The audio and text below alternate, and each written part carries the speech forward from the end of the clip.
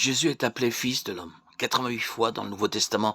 Cette expression est d'abord une référence à la prophétie de Daniel, en Daniel 7, 13, 14. Pendant que je regardais dans mes visions nocturnes, quelqu'un qui ressemblait à un fils de l'homme est venu avec les nuées du ciel.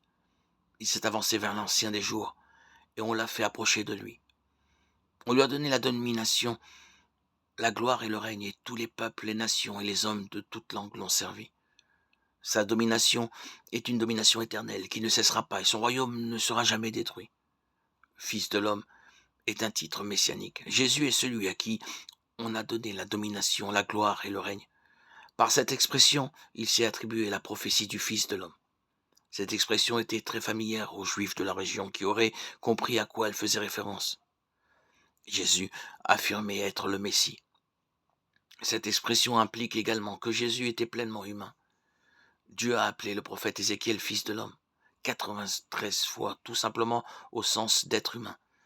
Un fils de l'homme est un homme. Jésus était pleinement Dieu, Jean 1,1. Mais il était aussi pleinement homme, Jean 1,14.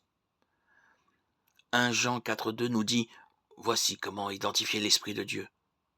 Tout esprit qui reconnaît que Jésus est le Messie venu en homme est de Dieu. » Jésus était le Fils de Dieu, il était d'essence divine, mais il était aussi le Fils de l'homme, d'essence humaine.